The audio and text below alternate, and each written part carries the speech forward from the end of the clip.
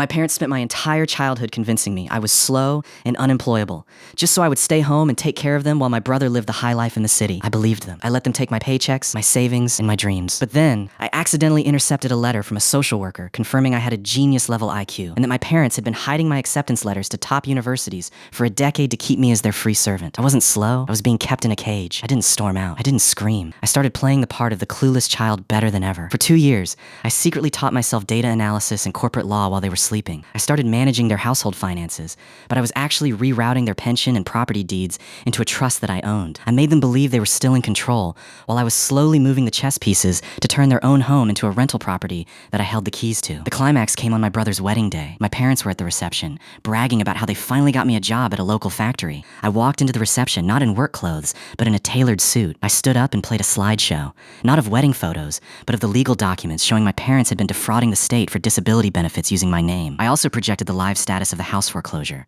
the one they currently lived in, which I had just finalized that morning.